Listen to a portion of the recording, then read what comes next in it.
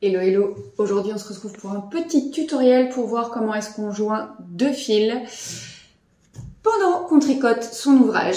Alors là j'ai pris deux fils de couleurs différentes, c'est évidemment, j'allais dire évidemment, peut-être pas en fait, en tous les cas, je vous précise, c'est pour que ce soit plus visible.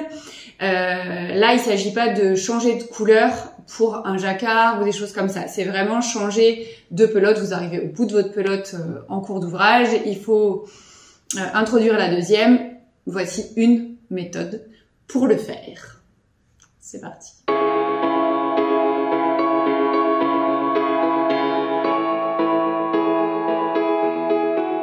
Donc, comment est-ce qu'on procède? On va avoir nos deux fils, chaque extrémité mise à l'opposé, et on va venir faire deux nœuds. Ce fil-là qui va faire un nœud sur ce fil-là, et ce fil-là qui va venir faire un nœud autour de ce fil-là, et ensuite, on va serrer pour pouvoir joindre les deux pelotes. Donc, ce premier fil-là, on va commencer par celui-là pour faire le nœud autour du jaune. Donc, je passe mon fil par-dessus, je viens le passer, hop, par en dessous. Là, je continue à le passer par en dessous. Et en fait, là, je vais passer, j'ai fait une boucle, je vais passer le petit bout qui me reste dans la boucle pour venir faire un premier nœud. Vous voyez, là, je suis, tac, j'ai un premier nœud. Ok?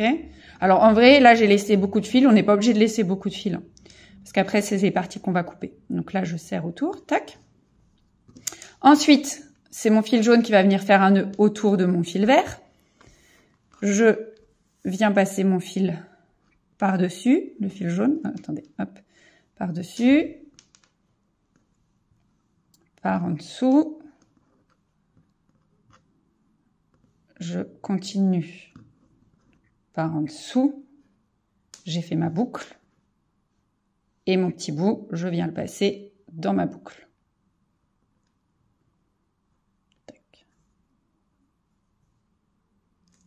Ok, je serre mon fil, mon nœud, pardon, autour de mon fil. Tac. Et là, une fois que j'ai ça, je vais venir serrer les deux nœuds ensemble. Et là, c'est important d'avoir deux fils qui soient solides, parce que sinon, vous allez voir dans la suite, j'ai pris deux fils pas solides. Ça claque. Donc, une fois qu'on a bien ça, là, vous voyez, ça peut pas se sauver.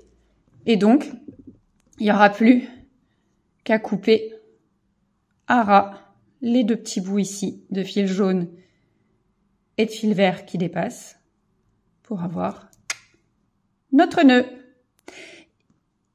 Et voilà. Donc vous avez vu, quand je l'ai fait avec ces fils-là, ce sont des fils qui sont assez fragiles et du coup ça a claqué. C'est-à-dire que le fil s'est tout simplement déchiré. Hein. J'ai plus de nœud et j'ai le nœud qui est de ce côté-là. C'est pour ça qu'après, enfin qu'avant, je voulais montrer avec des fils. Alors certes, c'est pas du tout des fils identiques, mais en tous les cas, ce sont deux fils qui sont solides. Celui-là, c'est du coton et l'autre, je sais plus ce que c'est, mais en tous les cas, ce sont deux fils bien costauds. Et comme ça, ben, quand j'ai tiré sur le nœud, ça ne s'est pas défait. Donc, les points d'attention à avoir sur ce petit tutoriel, il y a déjà, alors, le truc génial, c'est que quand on a à couper à ras nos petits fils qui dépassent, évidemment, on est tranquille, il n'y a pas de fil à rentrer. Ça, c'est génial. Par contre, il y a deux points d'attention vraiment importants. C'est que si on utilise des fils fragiles, bah, vous l'avez vu, ça va claquer, notamment les fils mèches, où là, le fil va se déchirer, donc ça ne fonctionne pas du tout quand vous allez vouloir tirer dessus. Voilà. Hein. Been there, done this. Et l'autre point important, c'est que le petit nœud, selon l'ouvrage que vous êtes en train de réaliser, eh ben, il est possible qu'il se voit. Si je suis sur un ouvrage type pull, moi c'est en ce moment ce que je suis en train de tricoter et ce pourquoi j'ai utilisé cette technique. Bah, mon petit nœud il est sur l'arrière de l'ouvrage, on le voit pas sur l'avant, c'est nickel. Par contre, si vous êtes en train de tricoter quelque chose qui est réversible, bah, le nœud il va apparaître sur un des deux côtés, c'est pas une bonne technique. Utilisez-en une autre. Pareil, si vous faites de la dentelle et que le nœud il apparaît dans une zone de dentelle, bah pas terrible non plus. Donc voilà. Faire bien attention au type d'ouvrage dans lequel vous allez l'utiliser pour être sûr que bah, ça reste quelque chose d'invisible. En fait, c'est pas invisible, c'est juste que c'est pas sur la face qu'on voit quand on expose son ouvrage, tout simplement. Donc j'espère que ce petit tutoriel vous aura plu. Dites-moi si vous êtes tombé par hasard sur cette vidéo justement parce que vous cherchiez une nouvelle technique pour joindre deux pelotes, ce que vous en avez pensé. Si vous connaissiez la technique, est-ce que vous l'utilisez ou pas? Et si vous ne l'utilisez pas, pourquoi? Si vous l'utilisez, pour quel type d'ouvrage?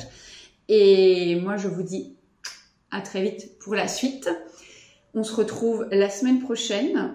Non, je ne vais pas vous dire pourquoi, parce qu'en fait, en vrai, j'en sais rien. Donc, à très vite pour la suite.